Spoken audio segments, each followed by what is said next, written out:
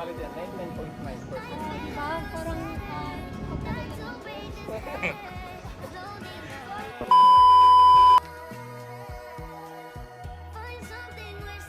Hi everyone! It's me again, Melody Reyes of Melody Cars. So ayan, so nandito tayo ngayon ulit sa showroom ko sa Ross Boulevard. Ayan, kasi may nirelease tayong dalawang unit. So kanina hindi ko naabutan yung buyer natin ng Ford Everest, yung makang Raptor. Ayan, so yung pinag-aagawan. So si Sir Seinfeld, ayan, so ito siya.